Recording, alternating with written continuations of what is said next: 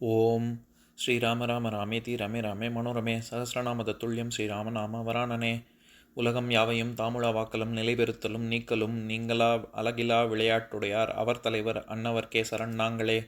எத்திர எத்திர ரகுநாத கீர்த்தனம் தத்திர தத்திர கிருத்தமாஸ்தகாஞ்சலிம் வாஷ்பவாரி பரிபூர்ணலோச்சனம் மாருதிம் நமது ராட்சசாந்தகம்.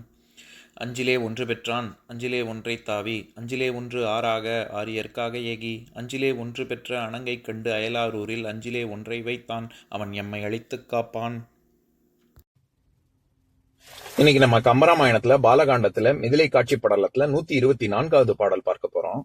பிறப்பொடு வணக்கம் செய்த விடலையை இனிது நோக்கி சிறப்புடை முனிவன் என்னே திருமறல் செப்புக என்ன அறப்பொருள் உணர்ந்தோய் எந்தன் அன்னையும் அத்தன்தானும் உரப்பொருள் கொண்டு வேந்தருக்கு உதவினர் என்றான் உற்றோன். இதுதான் பாட்டு. இப்ப நம்ம பதம் பிரிச்சு பொருள் பார்க்கலாம். விறப்பொடு வணக்கம் செய்த, சாவின் அச்சத்தோடு வணக்கம் புரிந்த விடலையை, அந்த இளைஞனை, சிறப்புடை முனிவன், சீரிய பண்புள்ள கோசிக முனிவன், இனிது நோக்கி இனிமை ததும்ப பார்த்து, திருமறல் என்னே, நீ இவ்வாறு கலங்குவது என்ன காரணத்தால், செப்புக என்ன சொல்லுக என்று கேட்க உற்றோன் அவனை சரணாக அடைந்த சுனச்சேவன், அறம்பொருள் தர்ம நூல்களின் உட்பொருளை உணர்ந்தோய் அறிந்தவனே, எந்த அன்னையும் அத்தன்தானும் என்னுடைய தாயும் தந்தையும் உரப்பொருள் கொண்டு மிகுதியான செல்வத்தை பெற்றுக்கொண்டு வேந்தருக்கு உதவினர். அம்பரீஷ மன்னனுக்கு நரமேத வேள்விக்காக என்னை கொடுத்து விட்டார்கள் என்றான் என்று நடந்த செய்தியை சொன்னான். இப்ப நம்ம இந்த பாட்டுல இருக்கக்கூடிய நயங்களை பார்க்கலாம். சென்ற பாடல்ல பார்த்தோம்ல, நம்ம பாத கமலமது உச்சி சேர்த்தான் அப்படின்னு, அவன் அதாவது திருவடி தாமரைகளை சுனச்சேபன் வணங்கினான் அப்படின்னு. அதனை தொடர்ந்து நடந்த விஷயத்த சுனச்சேபன் விஸ்வாமித்திரர்கிட்ட சொல்றாரு. அதைத்தான் கம்பர் இந்த பாடல்ல சொல்றாரு. விறப்பொடு வணக்கம் செய்த விடலையை, இந்த இடத்துல விறப்பொடு நம்ம எல்லாருக்கும் தெரிஞ்சது, அதாவது விறப்பா நடந்து போறான் அப்படின்னா நெஞ்ச நிமித்திட்டு நடந்து போறான் அப்படின்ற பொருள் வருது இல்ல. அந்த விறப்புங்கிற சொல்லுக்கு செறிவு, பெருக்கம், பலம், வெற்றி, போர், இப்படி எல்லாம் பல பொருள் இருக்கு. அதனாலதான் நம்ம கம்பராமாயணத்திலே சில பாடல்களுக்கு முன்னாடி விரல் அப்படின்னா வெற்றி பெறுதல் அப்படிங்கிற பொருள் இருக்குன்னு சொன்னேன்ல. இதெல்லாம் தவிர அச்சப்படுதல் அப்படிங்கிற ஒரு பொருளும் இருக்கு. விரத்தல்னா இது ஒரு சொல்முரண், அதாவது கான்ட்ரானிம், நேர் எதிர் பொருள் கொடுக்கக்கூடிய சொற்கள்ல ஒன்று. அது அஞ்சுதல்ங்கிற பொருளும் இருக்கு. இதை தவிர அதாவது வெற்றிங்கிறது நம்ம எப்படி தெரியுதுன்னா, நம்ம பாணர் குலத்து பெண்களுக்கு விரலி அப்படிங்கிற சொல்லும் நம்ம கம்பர் அந்த பதத்தை பயன்படுத்தி இருப்பாரு. அதாவது ஏன் நடனம் ஆடுபவர்களை நம்ம விரலின்னு சொல்றோம்னா, நடனம் ஆடக்கூடிய பெண்களை குறிப்பாக உள்ள குறிப்பை புறத்து வெளிப்படுத்தி ஆடுவதில் அவர்கள் வெற்றி கண்டவர்கள் அப்படிங்கிற பொருள்ல தான் விரலி அப்படிங்கிற சொல்லும் வருது. அதே மாதிரிதான் இது நம்ம விறகு கட்டை அப்படின்னு சொல்றோம். சாதாரண கட்டையை விட்டுட்டு விறகு கட்டைன்னு ஏன் சொல்றோம் அப்படின்னா, அது வெற்றி. எப்பவுமே ரெண்டு விதமா பொருள் சொல்ல முடியும். ஒண்ணு, விறகு கட்டை அதாவது தீப்பந்தம் ஏற்றி அவங்க போர் முற்றுகையிட்டாலும் சரி, வெற்றிக்கான சின்னமே அந்த நெருப்பிட்டு தீயில் பகைவரை தீயில் இடுவது தானே வெற்றிக்கான அடையாளம். அப்படியும் சொல்லலாம். இல்லாட்டி விறகு கட்டை நெருப்புனாலே எல்லாருக்குமே அச்சம். மிருகங்களா இருந்தாலும் சரி, மனிதர்களாக இருந்தாலும் சரி, நெருப்புனா எல்லாருக்குமே பயம் தானே. அதனால பயத்தை உண்டு பண்ணக்கூடிய கட்டை, அதனாலதான் விறகு கட்டைன்னே சொல்றோம். எதுக்கு சொல்ல வரேன், இந்த இடத்துல வெற்றி, போர் இந்த அர்த்தம்லாம் இல்ல, அச்சப்படுதான். ஏன்னா அவன் மரண பயத்துல இருக்கான் சுனச்சேபன். அடுத்து என்னதான் அவன் மனமும் இவர் தேர்ல ஏறி அம்பரீஷ மன்னனோட சேர்ந்து வந்தாலும் மரணம் பயம் என்ன பண்றதுன்னு தெரியாம ஒரு கலக்கத்தோட இருக்கான். அதனாலதான் இவர் விஸ்வாமித்திரர் கேட்கும் பொழுது திருமறல் என்னே செப்புக அப்படின்னு கேட்கிறார். திருமறுதல் அப்படிங்கறதே ஒரு மனச்சுழற்சி. ஒரு பதட்டத்துல இருக்கும்போது நமக்கு என்ன பண்றதுன்னு தெரியாம ஒரு கன்ஃபியூஸ்டு ஸ்டேட்ல இருப்போம்ல, அதத்தான் திருமறல் அப்படின்னு சொல்றாரு. அப்படி இருக்கிறதுனால மரண பயத்தோடு இருக்கிறவன் வணக்கம் செய்த விடலையை அப்படின்னு சொல்றாரு. அதாவது நமக்கு எல்லாருக்கும் விடலை பசங்க, விடலை அப்படின்னாலே ஒரு இளமை பருவம். அப்படி அது பொதுவாக நம்ம என்ன சொல்லுவோம்னா 16ல இருந்து 30 வயசுக்குள்ள இருக்கக்கூடிய பருவத்தை விடலை பருவம் அப்படின்னு சொல்லுவோம். அதை தவிர பெருமை, அதாவது ரொம்ப வலிமையானவன், பெருமை கொண்டவன், வீரன், தலைவன், இப்படி இல்லாமும் பொருள் இருக்கு. இந்த இடத்துல இளமை பருவம், இளமை பிராயத்தில் இருக்கக்கூடிய சுனச்சேபன் அப்படிங்கிற பொருள் தான் வருது. அதாவது இதுக்கு சமஸ்கிருதத்துல விஷங்கிற சொல்லும் இளமையைத்தான் குறிக்கும். அதனாலதான் விருஷபம் அப்படிங்கிறது காளையை குறிக்குது. நம்ம தமிழ்லயும் சொல்லும்பொழுது எப்படி சொல்லுவோம், கட்டிளங்காளையாக இருக்கிறான் அப்படின்னு தானே இளமை பருவத்துல இருக்கக்கூடிய சொல்லுவோம்.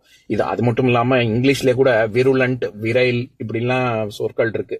எனக்கு இங்கிலீஷ் மட்டும் தெரியுங்கிறதுனால அதுல சொல்றேன். இன்னும் பாரத தேசத்துல இருக்கக்கூடிய பல மொழிகள்ல இருக்கக்கூடிய சொற்கள் எல்லாம் ஒண்ணுக்கு ஒண்ணு தொடர்புடையதுதான். அதனாலதான் நான் எப்பவும் சொல்றது, இது வசதி அது மட்டும் அப்படின்னு சொல்லவே கூடாது. நம்ம இப்ப கம்பராமாயணத்துக்கு வருவோம். அப்பேற்பட்ட இளமையான பருவத்தை கொண்டவனை இனிது நோக்கி சிறப்புடை முனிவன். எப்பவுமே கம்பர் அடை கொடுப்பதுல, அடை சொற்கள் சொல்வதுல கம்பரை போல உயர்ந்தவர் வேற இருக்கவே முடியாது. இந்த இடத்துல சிறப்புடை என்ன சிறப்பு இருக்கு அப்படின்னா, அவர் திரிசங்குக்கு சரணாகதி, அவன் திரிசங்கு நீங்க தான் என்னை காப்பாற்றணும் அப்படின்னு விஸ்வாமித்திர வந்த பொழுது அவனுக்காக எதுவும் செய்ய துணிந்தவர் அப்படிங்கிறது முன்னாடியே எல்லாருக்குமே உலகம் பூரா அந்த செய்தி பரவிடுச்சு. அதனால அப்பேற்பட்ட, அதாவது எந்த ஒரு சரணடைந்தவனை கைவிடாத ஒரு குணம், அப்பேற்பட்ட உறுதியான ஒரு தவ ஒழுக்கம் கொண்டவர் விஸ்வாமித்திரர் அப்படின்னு தெரியணுங்கிறதுக்காக தான் இங்க கம்பர் சிறப்புடை முனிவன் அப்படின்னு விஸ்வாமித்திரர் சொல்றாரு. அடுத்தது அறப்பொருள் உணர்ந்தோய் அப்படின்னு சொல்றாரு விஸ்வாமித்திரரை. ஏன் இத ரெண்டு விதமா பொருள் கொள்ள முடியும். அறப்பொருள், இந்த இடத்துல அறம்ங்கிறது ஆகுபெயர். அதாவது நம்ம பல இடங்கள்ல ஆகுபெயரை பத்தி பார்த்துட்டு வந்திருக்கோம். அதுல காரியவாகுபெயர் அப்படின்னு ஒண்ணு இருக்கு. என்னன்னா, இப்போ ஒரு காரியத்தின் பெயர் அதன் காரணத்திற்கு, அதாவது கருவியாக ஆகி வருவது காரியவாகுபெயர். உதாரணத்துக்கு, நான் அலங்காரம் கற்றேன் அப்படின்னா, அலங்காரம் எப்படி செய்வது அப்படிங்கறத கற்றேன் அப்படின்னு தானே அர்த்தம்.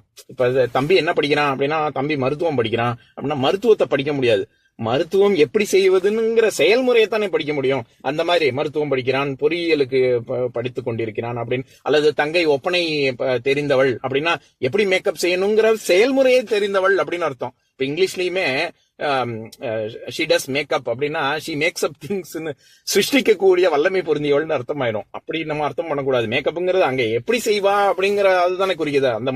அந்த மாதிரி இந்த இடத்துல அறம்ங்கிறது அறத்தை குறிக்கல, அற நூல்களை குறிக்குது. அறம் எப்படி நடத்தணும் அப்படிங்கிற நூல், தர்ம நூலை முழுவதுமாக அந்த பொருளை உணர்ந்தவர் அப்படின்னு அப்படி ஒரு பொருள் கொள்ளலாம். இல்லாட்டி புருஷார்த்தங்கள் அறம்பொருள் இன்பம் வீடு, அதுல அறம்பொருள் உணர்ந்தோய். அப்ப இன்பமும் வீடும் விஸ்வாமித்திரருக்கு இன்னும் கிட்டலையான்னு கேட்டா, ஆமா இன்னும் கிட்டல. ஏன்னா அவர் இன்னும் பிரம்ம ரிஷியாகவே ஆகல, இல்ல ராஜ ரிஷியாகத்தானே இருக்காரு.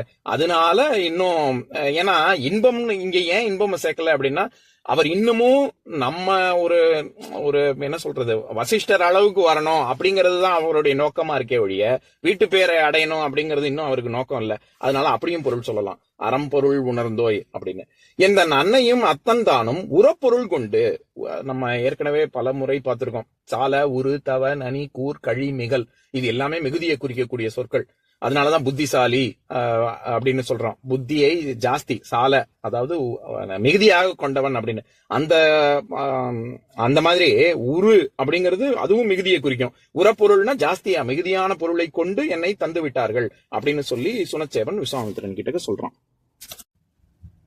இன்னொரு விஷயம், இங்க சுனச்சேபன் விஸ்வாமித்திரன் கிட்ட சொல்லும் பொழுது அன்னையும் அத்தன் தானும் அப்படின்னு சொல்றாரு. அந்த இடத்துல நம்ம அத்தன் அப்படின்னா அப்பன், அப்பா அப்படின்னு அர்த்தம் பண்ணோம்ல.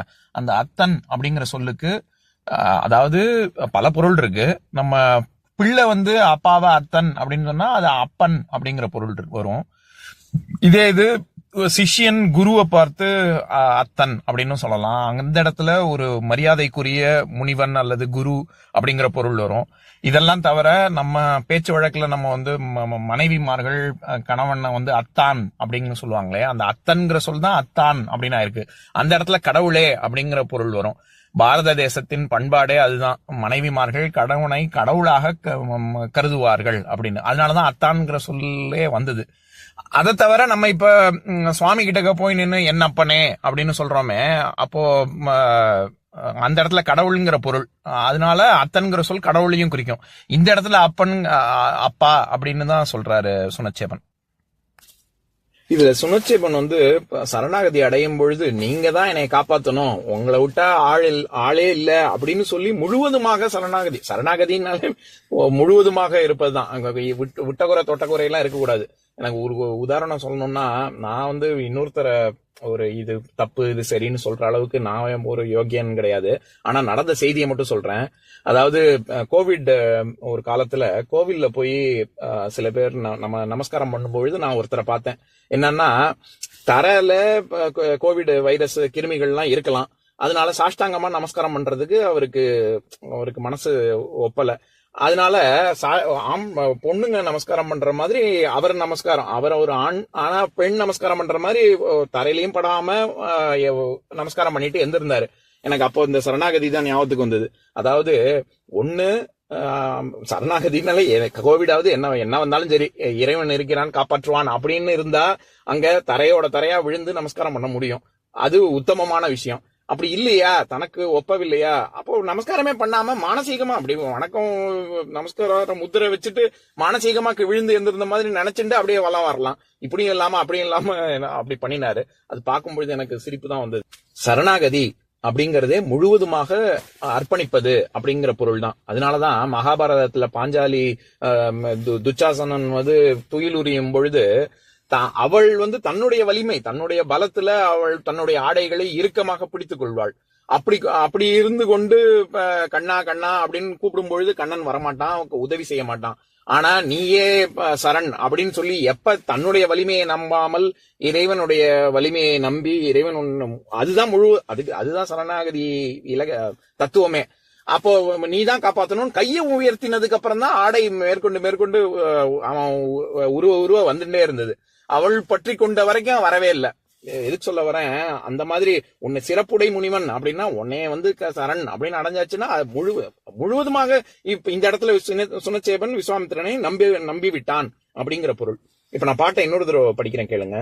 விரப்பொடு வணக்கம் செய்த விடலையை இனிது நோக்கி சிறப்புடை முனிவன் என்னே தெருமரல் செப்புக என்ன அறப்பொருள் உணர்ந்தோய் எந்தன் அன்னையும் அத்தன் தானும் உறப்பொருள் கொண்டு வேந்தருக்கு உதவினர் என்றான் உற்றோன். இன்னொரு நாள் இன்னொரு பாட்டு பார்க்கலாம். ஓம் சாந்தாகாரம் புஜகசயனம் பத்மநாபம் சுரேஷம் விஸ்வாதாரம் ககனசத்ரசம் மேகவர்ணம் சுபாங்கம் லக்ஷ்மீகாந்தம் கமலநயனம் யோகி ஹிருத்யானகம்யம் வந்தே விஷ்ணும் பவபயஹரம் சர்வலோகைகநாதம். உம்பரோடு இம்பர்காரும் உலகம் ஓர் ஏழும் ஏழும் எம்பெருமான் என்று ஏத்தி இறைஞ்சி நின்று ஏவல் செய்ய தம்பியரோனும் தானும் தருமமும் தரணி காத்தான் அம்பரத்து அனந்தர் நீங்கி அயோத்தியில் வந்த வள்ளல். ஓம் பூர்ணமதః பூர்ணமிதம் பூர்ணாத் பூர்ணமுதஸ்யதே பூர்ணஸ்ய பூர்ணமாதாய பூர்ணமேவாவசிஷ்யதே. ஓம் சாந்தி சாந்தி சாந்திஹி.